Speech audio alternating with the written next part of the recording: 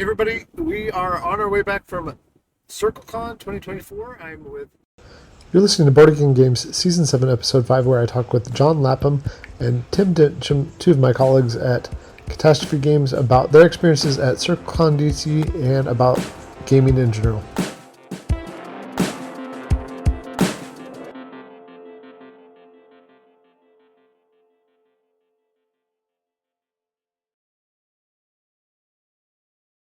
Tim Densham and John Lapham, and we have had a good time at the con. We're going to talk about some of our experiences there, but Tim is my business partner with Catastrophe Games, Valor Mountain Games, but he's also the designer of Zurmat and forthcoming True Command and some other things. John has his game, A More Perfect Union, that is going to be coming out later from Catastrophe 2. So this is a little bit of self-promotion in some ways, but not intentionally. We're just stuck in a car together. So thanks, guys, for being on the show. Let's just start off with that question. What is the most interesting thing that you played at CircleCon this year? I certainly had an interesting time getting crushed playing Giant Diplomacy when I got backstabbed on turn 1, and then struggled my way throughout the rest of the game before I finally died on the last turn. Now that was an experience. Now, that being said, I will continue to play Diplomacy again because I love the game, but that was a very interesting experience. So that's one that's gonna last for a while. Okay, well I can't match that. It's gonna be hard. That's a tough blow to take in a long game. That first turn backstab, but I had a lot of fun with everything I did. I think the best experience, though, was probably seeing people react to my game, just because I don't get a lot of opportunities to do that, so that was kind of fun. The best game I played, I don't know. I tried a lot of new games, and you know how it is with new games. You can't necessarily know for sure what it's going to be like once you know what you're doing, but they all were great. I just loved the theme of the con. Yeah, I had a good time with Bosses of the Senate, about the turn of the century, I guess turn of the 19th to the 20th century. Political backstabbery going on, and I thought it did a pretty good job historically trying to show what the decision-making process was and how bills got out there and the ugliness and secret backsides there. I thought it was really neat the way that played out. Seems like they're pretty close to having that game done as far as the basic engine, so it was kind of neat to play that and see that near the end of its journey. At least I think it's near the end of the journey. Yeah. I really enjoyed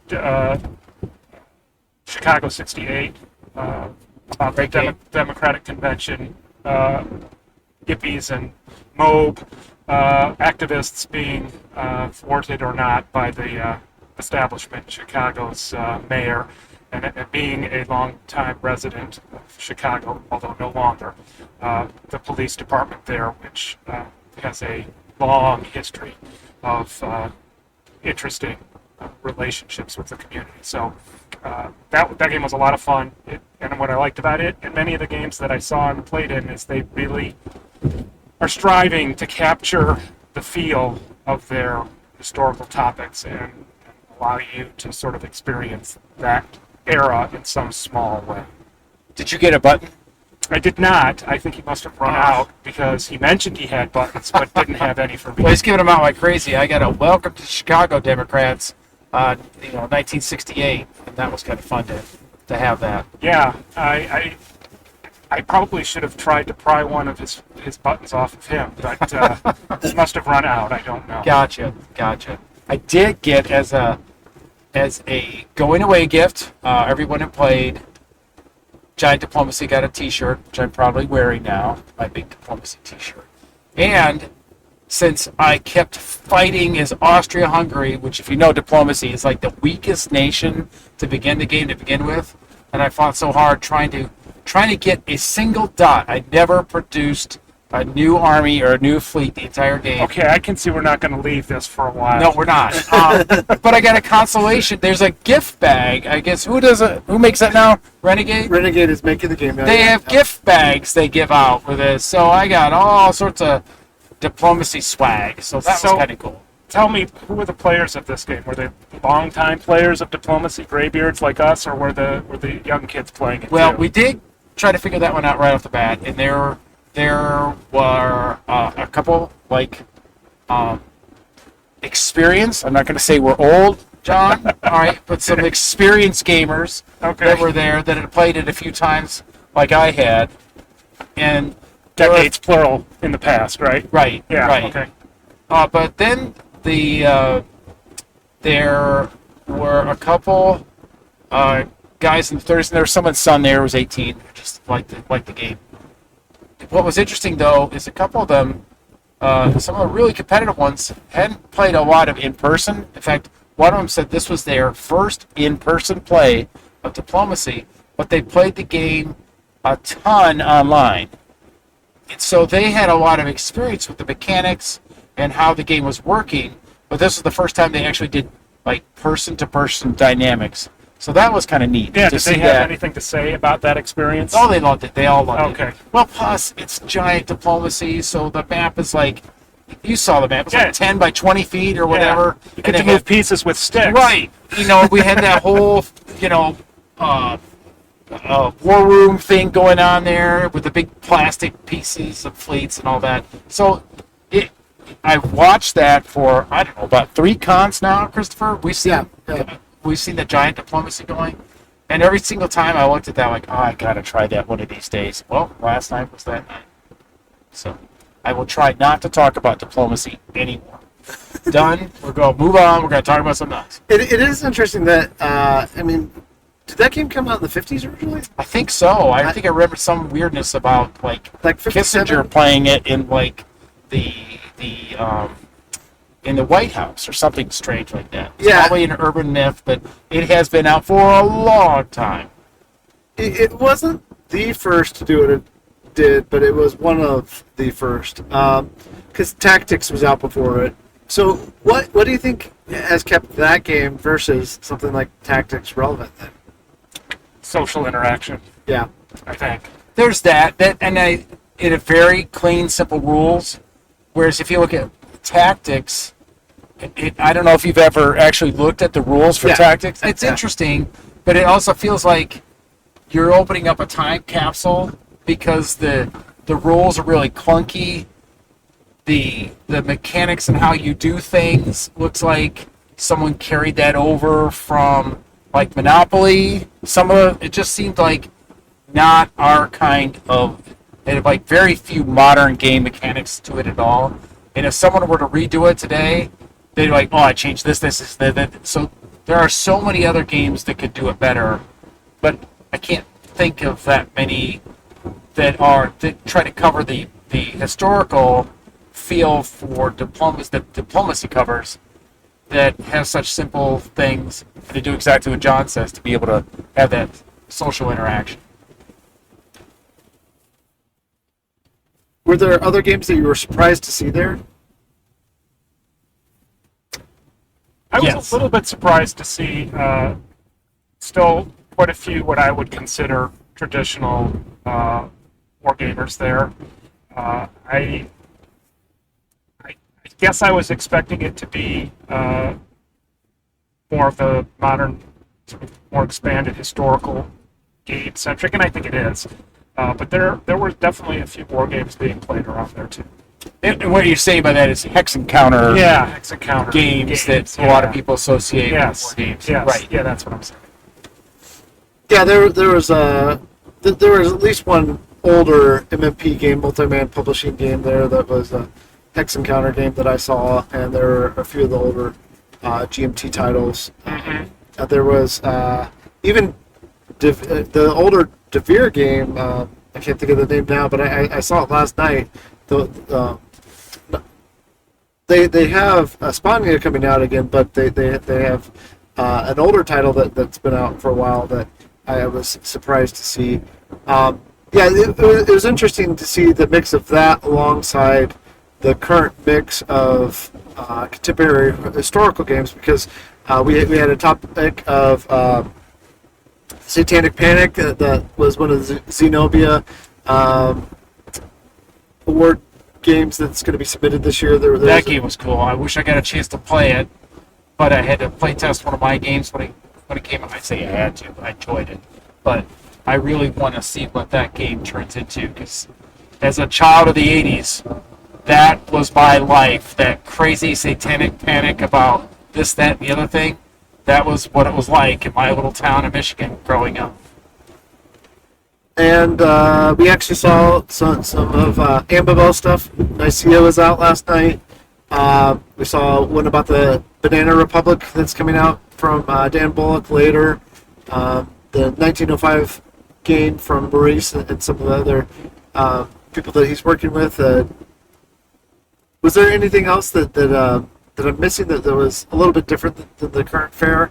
Of course, Tori Brown was there with Votes for Women, and Liz Davidson was also showing off night, and her new game with David Thompson. But was there anything else that you guys saw that was different or unexpected with the games that were there? The occult game was the most unexpected game I saw there. I thought that was really neat. It was interesting, the wide breadth of the games there.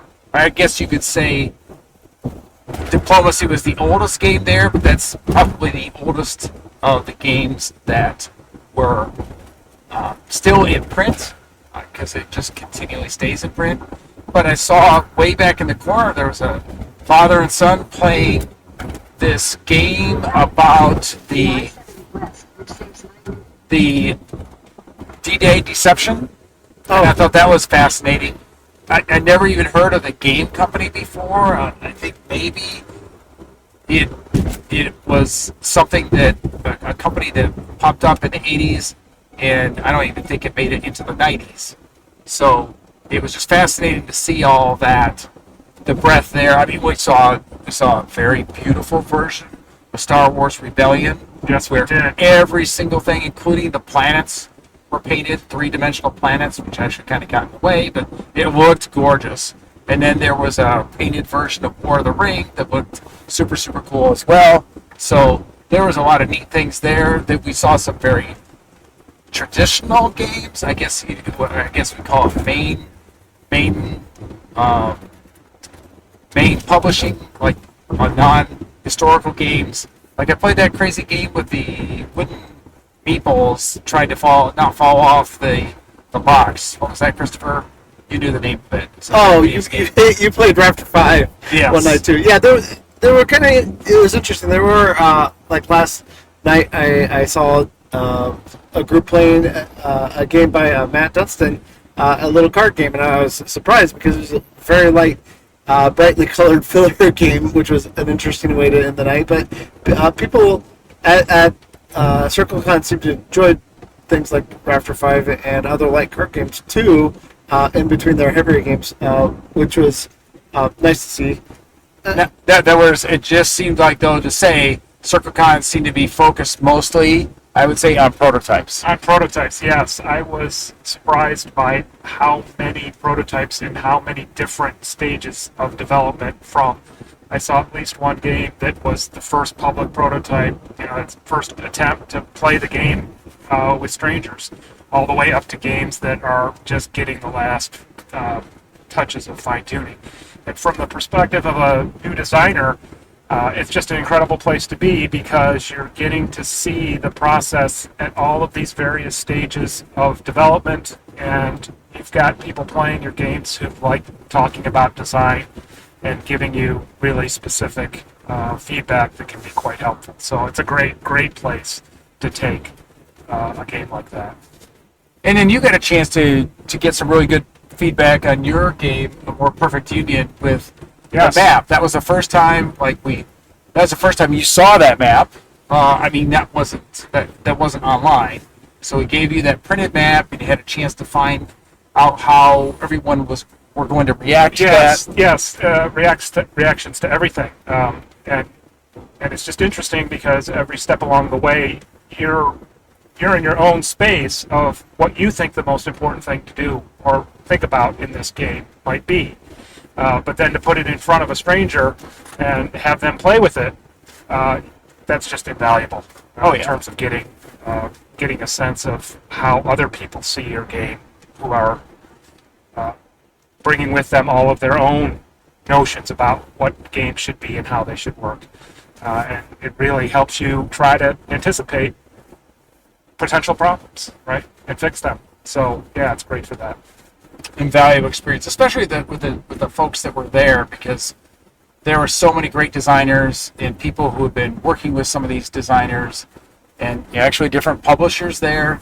So the opportunity to get feedback was phenomenal. Yes, and also even just being a participant in playing those games, and but with an eye towards learning how it is that designers talk about their games and how they teach their games.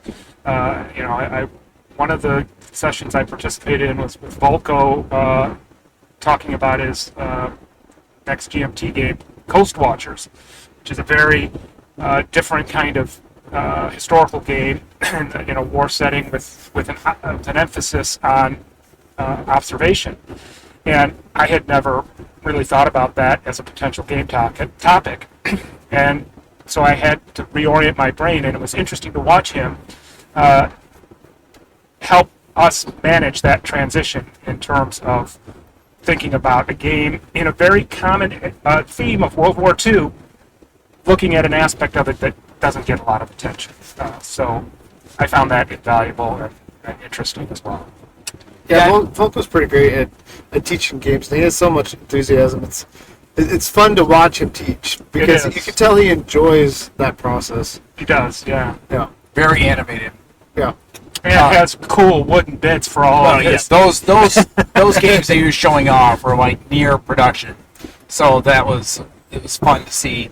Well, very well polished, I guess, prototypes at that point. It was interesting to see because this year there was a larger. I mean, last year definitely had a GMT contingent, but this year there was a very full contingent of the GMT people, and Jason Kakar had everything from basically the finished Gest of Robinhood to the next iteration of Twilight Struggle that he is doing with Jason Matthews, and that one was not very polished. No, that's what I'm saying. That one seemed early in the process of putting pen to paper and ink on a map. I didn't get a chance to spend any time with that game, but I think it's interesting.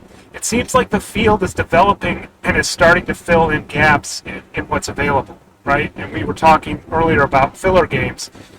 For the hobby as a whole, I think it's great if we have more and more historical games that are accessible and fill different amounts of time and educate and entertain at different levels of complexity and time consumption.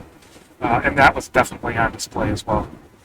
Yeah, a historical game doesn't have to always be a 10-hour GMT coin game or some super complicated Eastern Front monster game or Napoleonic game or something like that. I mean, that was kind of the gist of this. Most of the stuff that I saw were not those kind of traditional, very long-term, heavy as far as time component. Right. They seem much more, I'll call it focused. Much more kind of our kind of games. There were folks out there with pencils and cardboard marking on stuff like you see at the very beginning stages. So we saw games everywhere on the gamut, and that was kind of fun to watch, because some of these you could see that people were changing stuff. They were like taking immediate feedback and changing the board or changing cards, and that's fun because we've all been there. Yeah. But it was neat to see that. So just wanted to make sure to get the impression that it was not a let's show off our new game. It wasn't really a marketing show. This was a let's try out the games and see where they're at. Right, and you get so enthusiastic about the possibility of getting the most you can out of the people who are playing your game. Someone says something and you're like, wow, yeah, let's try that. Let's see if I can get another session in and pick someone's brain on this new change. that was an impressive degree of enthusiasm. In 2 miles, take exit 142 toward US 40 Ration. I agree. One of the things that I thought was interesting about the whole process was even some of the games that I've been playing over and over, playtesting over and over. I got some really good feedback for Arabian Struggle. Some things to change probably when we're doing the rules. I got some feedback from that because of the experience here. And it might also be because the people that we're playing these games with at CircleCon are very experienced gamers, very experienced designers and publishers. So not to say that the average Joe can't go and discover something there, but these folks have dealt with this so much that we get some really good feedback from that. Yes, I agree. And a lot of diversity of gamer styles crossing over and playing games that maybe aren't completely in their wheelhouse, but often getting perspectives of those kinds of players on your game. If you're developing it in your silo of friends who will tolerate you making them test your game, to see it being reacted to by people who are from a different part of the hobby is also cool. I remember playing Chicago 68 and the designer being so enthusiastic because he happened to have a bunch of people who had a lot of wargaming experience playing the game in a very different way than he had normally seen it played, and it still worked and it was still fun, and I think he got a lot out of that. Yeah, I got a lot of interesting experience. They're not all the participants that were there were like 30-year professionals in the game arena. I played True Command yesterday with one of Sebastian Bay's students, and so I got good feedback from someone who's just starting their path down our strange hobby. And then this morning we played that again with David Thompson and got different kind of feedback. Right. Fortunately, there was good feedback on both perspectives and was reinforcing, but it was a really neat opportunity to get that from all across the gamut. I think if I would go and describe this, I would say that CircleCon is like an unpub event on steroids because of the folks that are there and the kind of games that they're bringing there.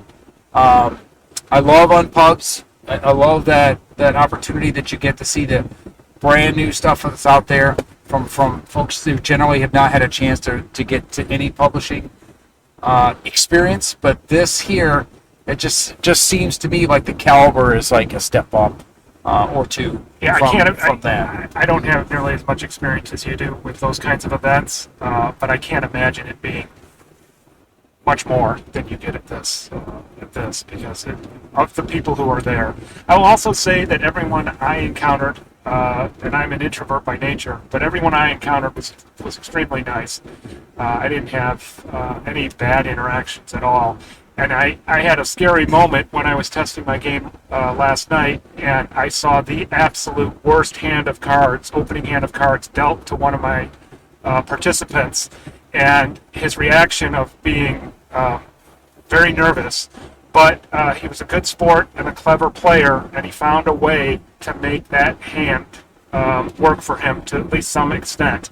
And it was gratifying to me to see that outcome, because that's one of your fears as a designer, I suspect. It's certainly one of mine, that you're going to have some odd situation develop and a player is just going to sour on your game immediately. But people, at least at this con, I think, are willing to take the time to try and work with the game and see how it can be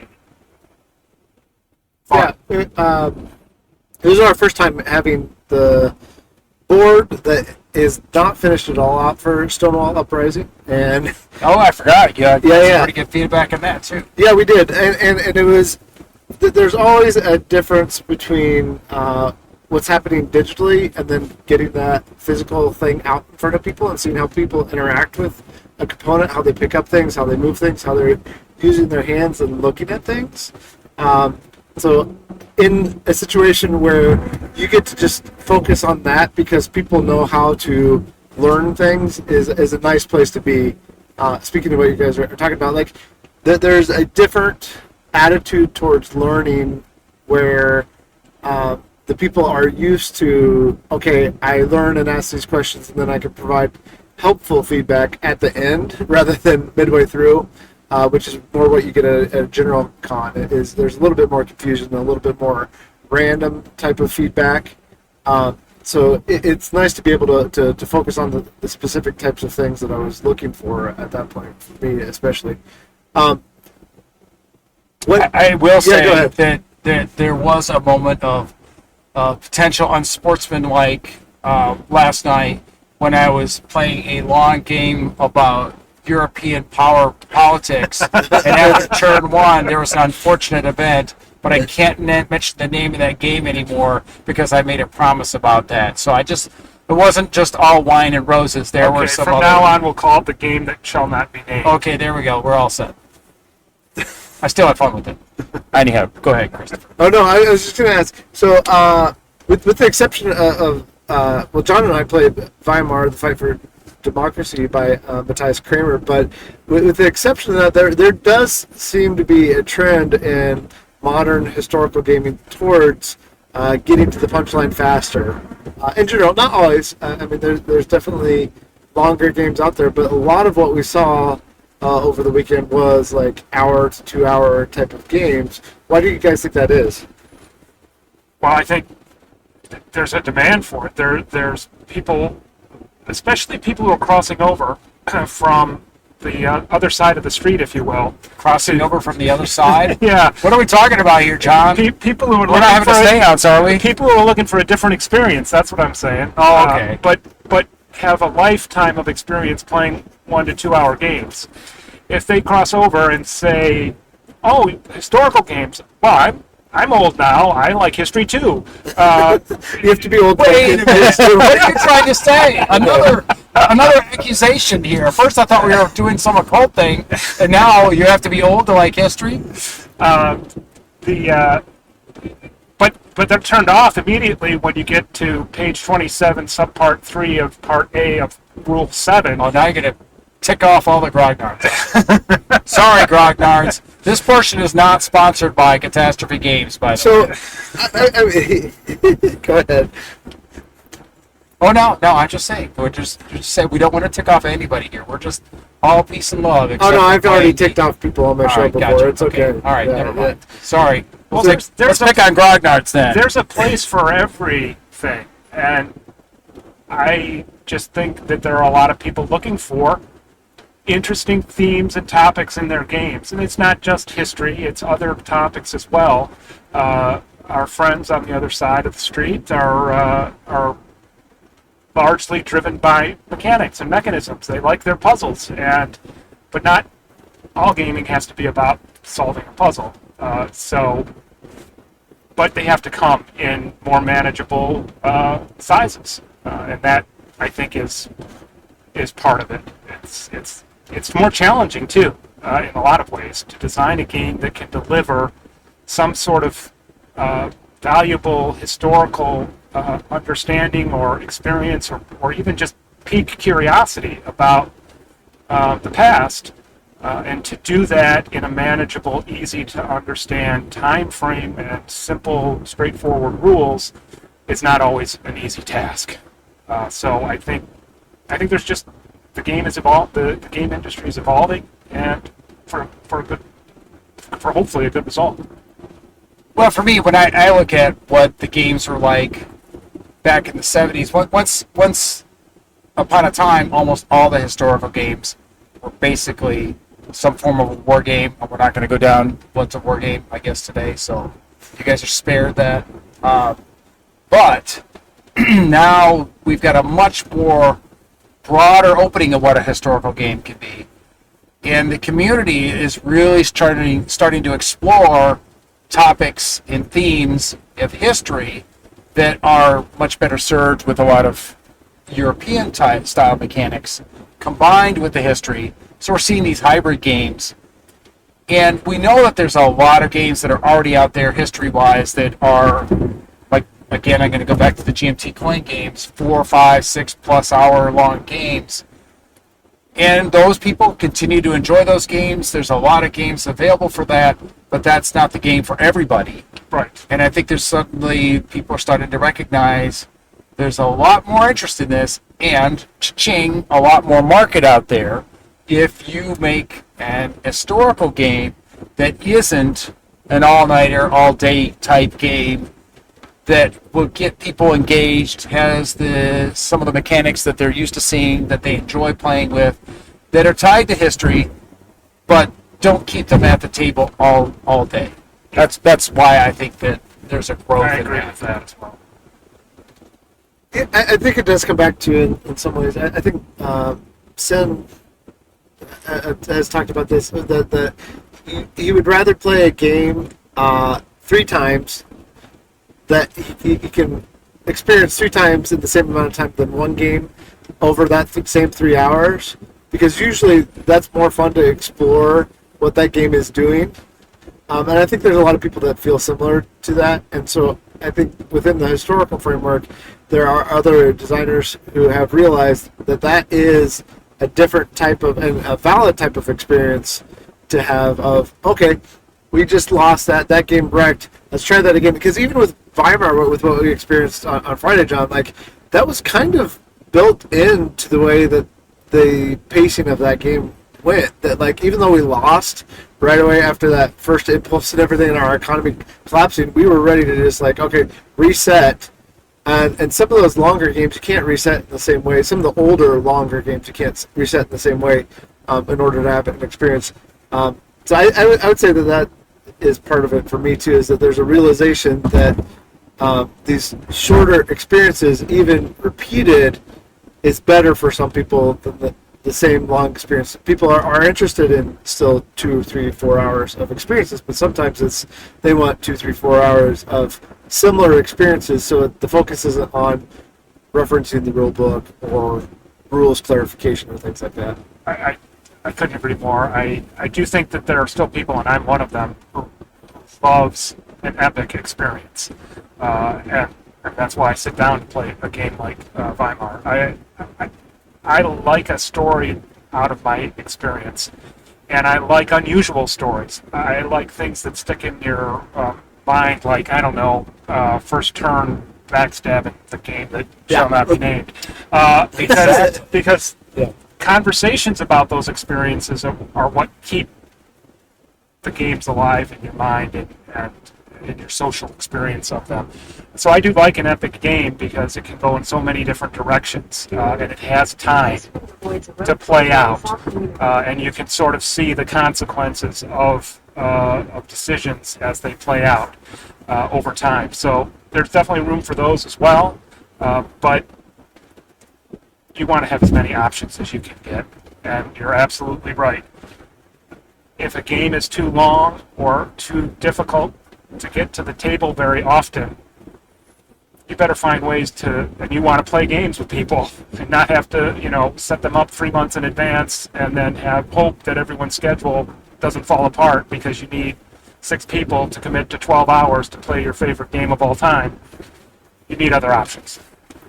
Well, that's kind of the reasons why I started Catastrophe Games, because I like playing historical games. I love history.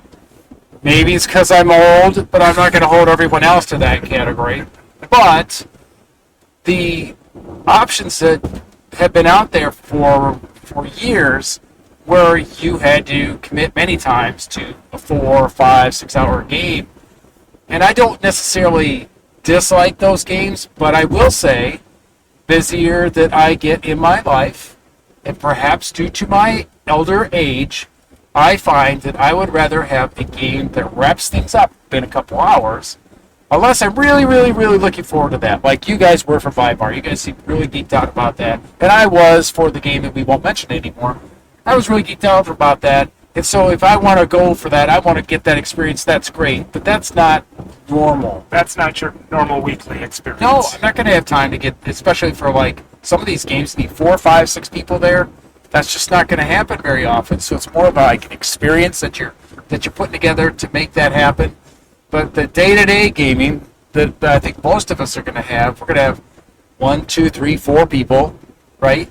And if you can get those guys together, you can get a game done in a couple hours, maybe get 2 games done that night, and everyone's having a good time with that. And that also generally means that you also don't have, the rules aren't as, I'll say, engrossing, okay? They're not as difficult to grok, read, prepare for. So I think that also bars or lowers the obstacles to being able to play these games, and I think that's important too. That's why one of the reasons I put out like a 2-hour limit on our games, because for me, that's where my sweet spot is. I want to get engrossed in the game in 30 minutes, an hour, 2 hours, and then be done with it. So that's why I think, at least from my perspective, I think there's an opening there for the market. And apparently, based off the experiences we saw there, like some of the sales for like Fort Circle and whatnot, there's a lot of other folks out there that agree that as well. Yeah. I'm going to pick on you now, Tim. Lightheartedly. What is the dry Euro game that you would make if I'm going to force Why you would to- I make a dry, soulless Euro? Yeah, Why, so why would I ever do that? you Why would can't- I inflict that upon the world? You can't- Don't you think there's And I'm enough certainly there glad already? we're not ticking people off today. Yeah, well, you said it. We can tick people off. So what is the dry Euro that's not going to be dry because you're making it, and you can't make another game yet until you make the next one? And same question for you, John. Okay, so you want to know, like, what is the antithesis to me of like a soulless Euro that would just seep my soul away, right? I want to know. Besides Power Grid. That's what I was going to say. Exactly what I was going to say is I want to know how you take something similar to Power Grid and make it interesting to you. What would that look like? Well, first of all, obviously, there's a lot more people buying Power Grid than Zurmat. So there are people out there that love a good soulless Euro, right? But I look at some of those things there, and I want to go and provide a different kind of experience than that, because just like I'm not trying to compete with, like, say, a GMT or a long compass game as far as historical wise. At the same time, I'm also not trying to compete with trying to out Euro the likes of like a Power Grid. So what I'm looking for is something that is going to be interesting. For me, one of the requirements for Catastrophe obviously is historical. There's got to be some historical bent to it. There's got to be some interesting piece to that there's good decision making along there, but it's not paralyzing types of decisions. Because that's also one of the reasons why I think some of those games take so long, is because it sets up a condition that if you're not very, very careful with how you try to solve the puzzle, then you could, say, lose on the first turn, not because you're getting backstabbed, but because you didn't carefully analyze 17 different parameters out there. You made a poor combination or used a card wrong or something, and so now you're going to be struggling to ever get competitive in the game. So I try to reduce that there so that a normal person coming in there, looking at the game, interested in the topic, interested in some of the mechanics, can jump in there. And I also think it's important that everybody has a chance to win, so that it's not just all this mathematical puzzle. There's a chance, due to some variability in either the setup or the rules, the cards, or the dice. There's some hidden information. It is not a game that is solvable with the necessary amount of energy to solve it. I know that a lot of games in that arena, a common criticism you will hear is the analysis paralysis criticism. Yes. And competitive people want to win. And if you set before them a design that has a lot of moving parts, but they're all known at all times, it gives the perhaps illusion or perhaps the reality of being able to be solved. And I'm sure many of us have sat down at a table where it takes one person who is going to put that time in. Yeah. And that can be a not soulless, but perhaps soul-crushing experience. Well, yeah, because you sit back and you look at some of the games that are there, and you could think to yourself, and this is why some of these things I just don't want to play, because they just remind me of work. That it seems like if I put these variables together in a spreadsheet and punched in a couple equations and worked on it, I could come up with a solution for this. But I don't want to do that for a game. Yeah. But there's that, I can sit there and I'm looking at the guy you're just talking about, and I'm looking at this guy, and I know that the reason why he's taking 20 minutes to take a turn is he's building that he's built that spreadsheet in his head. Yes. And he's crunching through there, and he's changing, all right, this sheet I'm moving over here and doing all the, and so he's getting the best answer, and I'm like, I just want to have fun tonight, Right. And obviously that game is not for me, but that's what I would like to try to avoid with that. And one of the reasons why I try to design this into our games is having a bit of fog of war. Because if you're not absolutely certain what the other guy is going to do, then it's really hard to make that spreadsheet. It's really There's hard. a lot of those options out there. Either you're just going to the operating system is just going to collapse, or you're just going to say, I think this is probably the best choice, but it's not worth any more analysis on this because I don't have enough information. Right. So I'm just going to go with this. Right. Or maybe this is an interesting choice. This could really work, this crazy idea I've had, assuming my opponent doesn't know how to react to it or doesn't have an answer for it. It encourages, and this is what I would definitely try to do, it encourages more open decision-making, more sort of creative decision-making and risk-taking in games. And those kinds of moments create interesting narratives. And some people can't handle that. They want control over their environment. And I understand why, because there is no control over life, right? It's utter chaos out there. And I have heard people say that the reason they come to game is they like that feeling of control. So that's a very different experience, and you just need to know what you're getting into when you sit down at the table. But I don't want that kind of control because I don't want to have to work that hard. Right. I would rather just go with my gut a lot of times and see what happens. Yep. Makes an interesting narrative. Yes. Tell us about both of your games, then we'll wrap things up, because it's been fun riding with you guys in the car, except for my back, and that's just a reference to how long we have to drive between, for me, Ohio and D.C., and for these guys, Michigan to D.C. But yeah, tell us about your games, guys. All right. My game's called A More Perfect Union. It's a card-driven game about the ratification of the Constitution. It's got one of those great big decks of cards with lots of options on it. Each player's dealt a hand of cards, and they're trying to influence the conventions across 13 different states.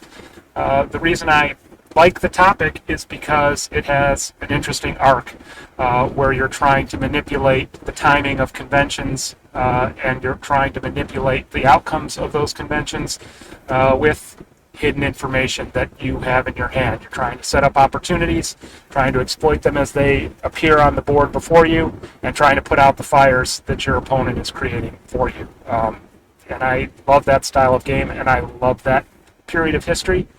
And so I'm hoping that maybe there's at least a few other people out there who are interested in that kind of experience. I hope so too. Yeah, I think that game really hits on an area that hasn't really been covered that I'm aware of.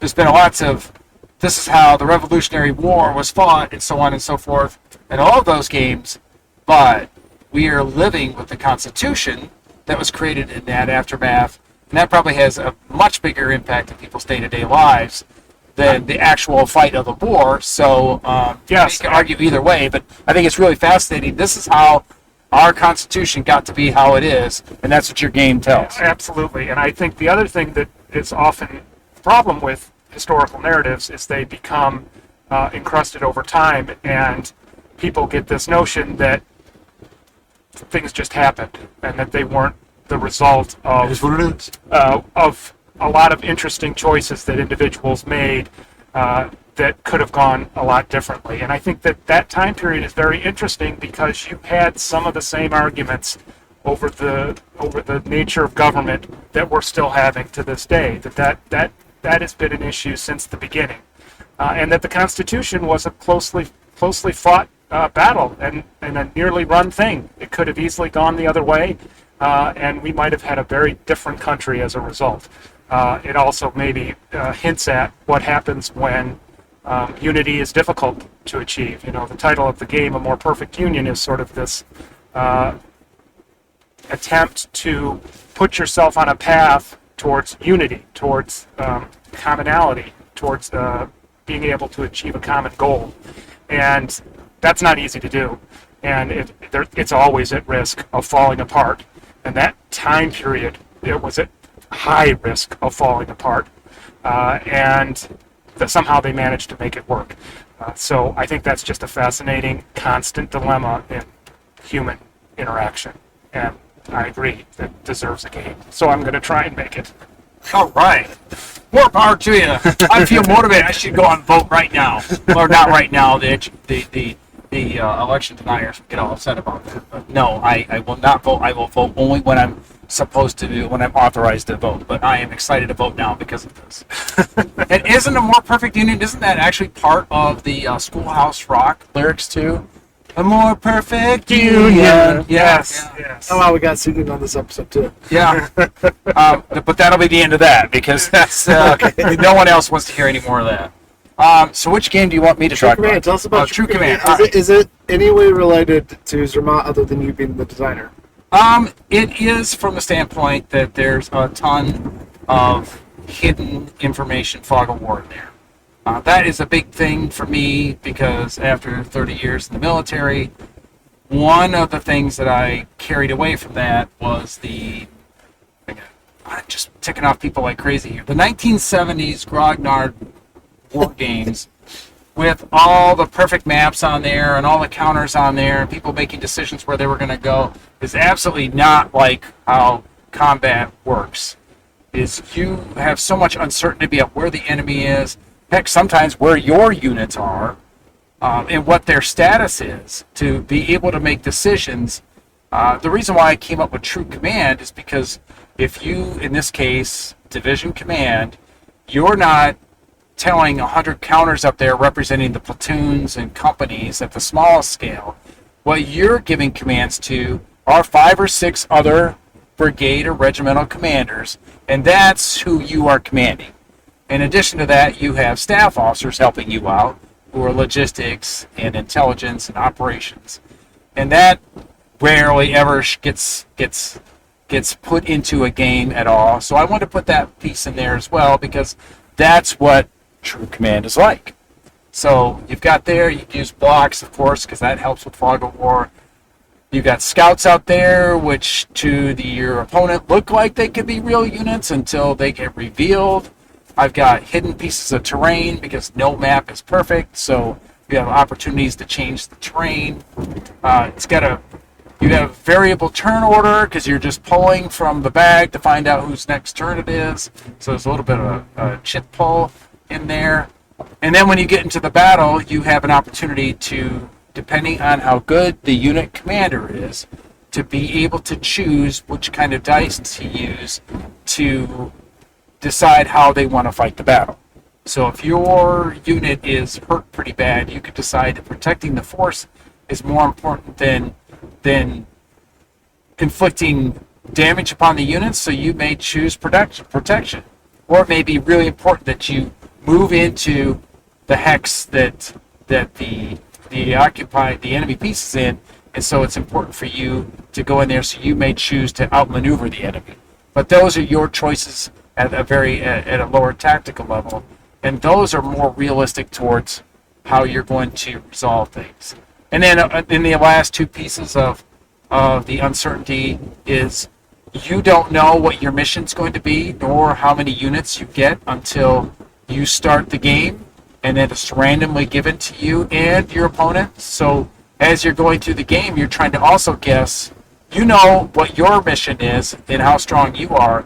you're also trying to figure out how strong the other guy is, what their missions are, and then using that information, once you think you've got that figured out, that will help you make decisions from there. So, anyhow, those are all that fog of war. It's not just figuring out the math. It's how to use what limited information you have to the best of your ability. So, and so far, people seem really interested in that. So I hope that I get that done soon. I get off my butt and finish the scenarios and get that to a convention where I can show off, a more finished product like some of the others what we saw at CircleCon. Yeah. Well, thanks, guys. It's been fun traveling with you. Safe travels after I depart, and happy gaming. Woohoo! You just listened to Board Game Games Season 7, Episode 5, as I talked with John Lapham and Tim Densham about their experiences at CircleCon 24, as well as what they think about modern historical gaming. Thanks for listening as we continue to explore the world of tabletop gaming. Happy gaming!